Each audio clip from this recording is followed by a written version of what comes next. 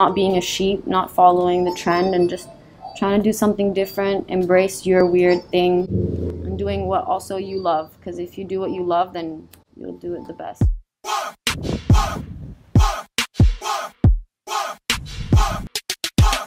Factory. My name's Ria. My name is Inka. I would say I'm Australian blood, but I was raised here in Bali. My mom is French, my dad's Australian, but I was raised here as well. Bali kids. Oh, Indonesia. Yeah, definitely Indonesia. Or Seychelles. I remember someone told me it means salt water in isn't it Japanese? We just liked the way it sounded. We were kind of doing it for fun. And then we found this crochet guy that was making crochet, and we started like ordering some pieces with him. He makes it all in his house with his family and everything. And like try to sell it in school and take photos at home with it, and then like send it to all of our friends on Facebook, like follow it. This is when Instagram was just starting. And then it went so well, like we started selling more and more.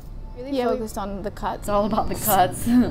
Like we were probably the only ones wearing Brazilian cuts back then, and then we just kind of wanted to make it for ourselves, and then it ended up going well to sell as well to other people.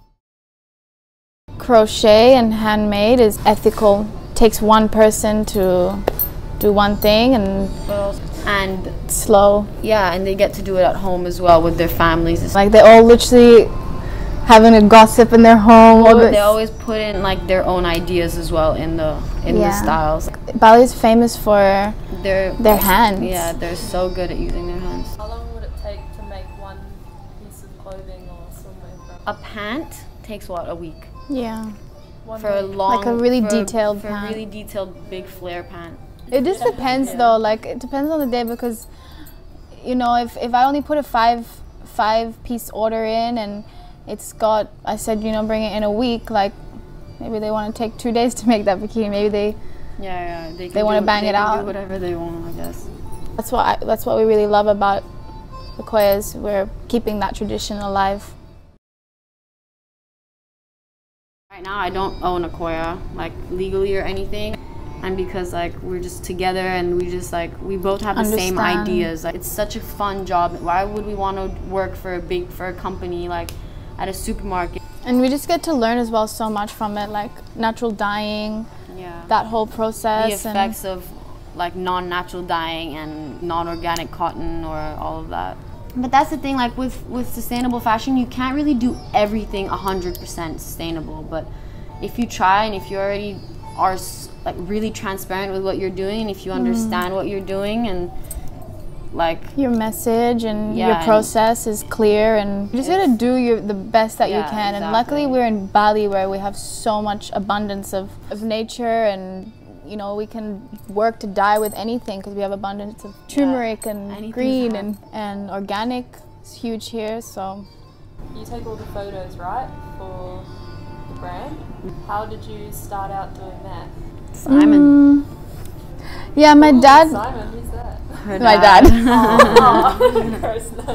Yeah, my dad was a photographer, and he bought me a camera and always told me to like explore, especially because growing up in Bali, there's so much to capture with culture and nature and beauty. Modeling, you'd always just ask me, and I kind of like got really into it because of that. You also can capture the natural beauty of anyone, I think. Like you never have so much makeup on any of your models, and like that's why it works so well, because we just go on trips and travel, and then we just take photos along the way, you know? For me, it's just more about just being yourself, doing your thing. If you're just authentic and not being a sheep, not following the trend, and just trying to do something different, embrace your weird thing, and doing what also you love. Because if you do what you love, then you'll do it the best. Not wanting to rip each other's heads off. Yeah. No, because it's like business with friends doesn't always work out, but it kind of did with us, even though sometimes we have our differences. But like just doing Akoia on my own, and I was like decided to like kind of follow trends, and that's when I did like velvet and lycra and like fully went off like the sustainable route, and I was like left crochet, and I created these weird like velvet bikinis. And well, they weren't weird. It was still fine, but they're okay. But you could just tell I just wasn't being true to myself, and I was just, you know, trying to follow the main market. But and that had to happen though. Mass production. But also it comes to mass consuming though. Production. Low quality, mass production.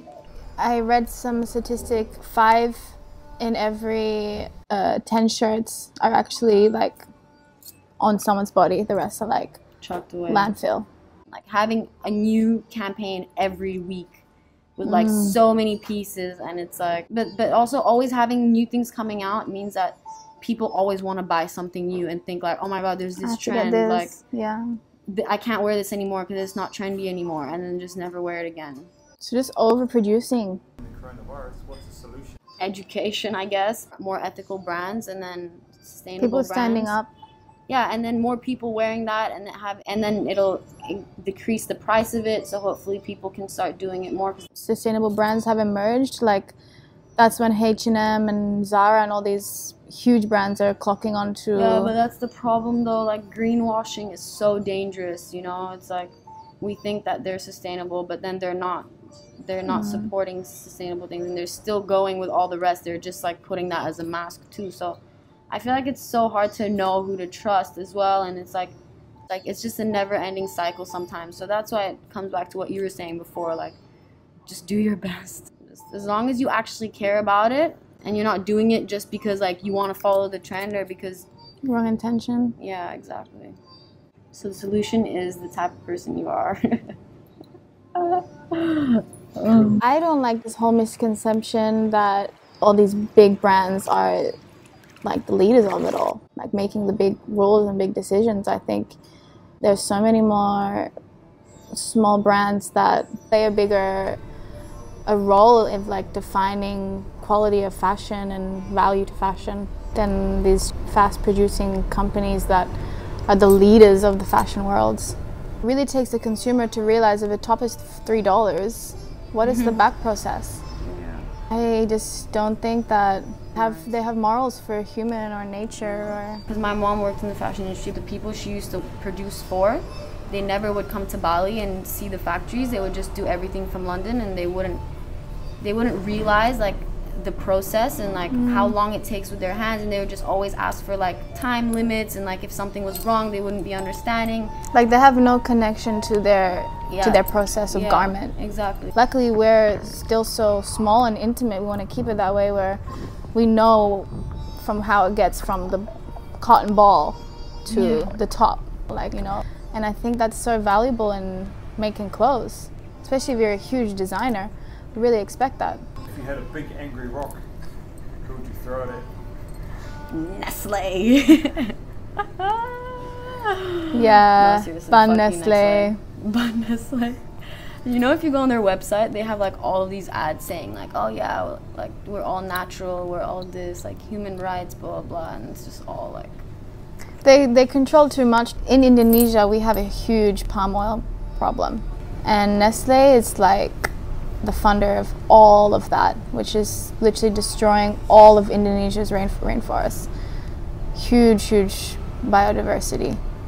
It's the second biodiverse after the Amazon. Here you're so exposed to everything first-handedly, you know, so that's why maybe we've always had this mentality, because we've just seen it and it affects us directly. So I would love to give back to animals and people in need, help educate. Yeah. We're done. Thanks, guys. You guys are awesome. Suksama. Suksama. Suksama, matur suksama.